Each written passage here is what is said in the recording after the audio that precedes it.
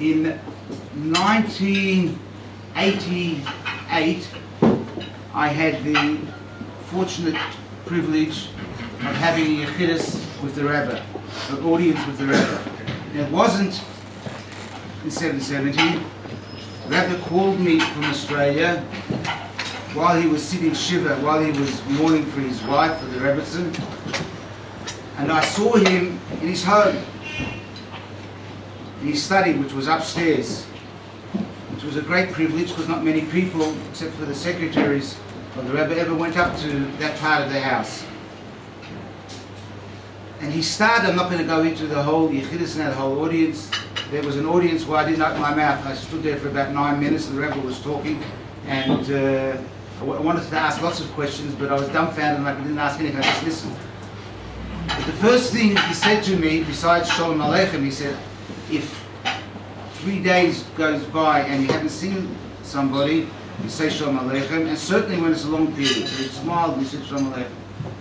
And then he said, it's come the time that Chabad, he said, Lubavitch, should have their own wealthy individuals.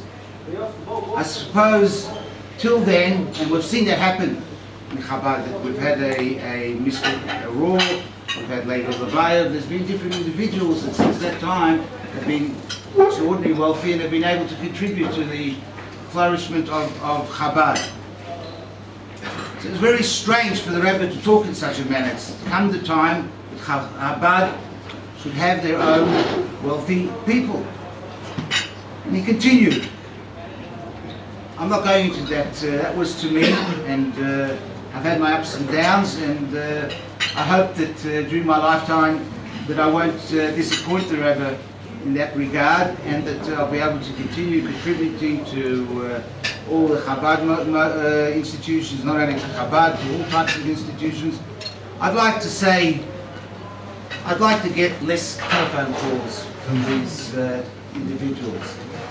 And they shouldn't have to be strained and go through difficult times and always worried about where tomorrow the wages are going to come from.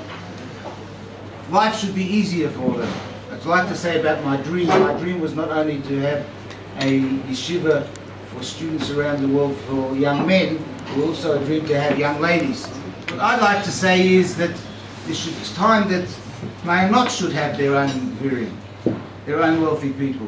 I've just told that there's 800 students that have already gone through, approximately through Mayanot.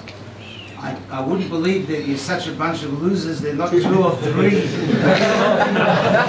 or 5 individuals that have done extremely well and able to help Mayanot.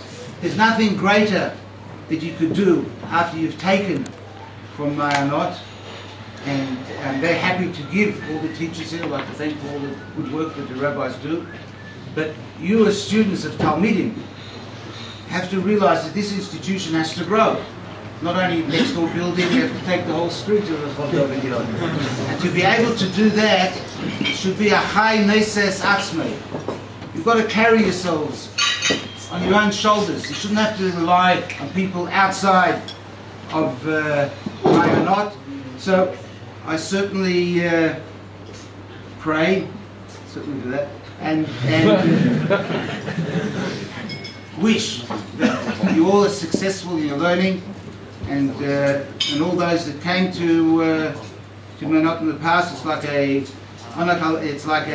dwarf on a giant. You should continue to grow and grow, and it should grow to an extent that you should have your influence all around the world. We've had a lot of benefit. Australia's had a lot of benefit from Mayanot, especially in Perth, where my son used to have a Chabad house, and lots of students came to Mayanot and did a tremendous amount of good with them, and some of them have gone back to Perth and trying to turn Perth into a Mokum Torah, a place of learning of Torah and of Siddur. So wish you all lots of success, do well, and go Mechayel El Choyel, from strength to strength. Amen.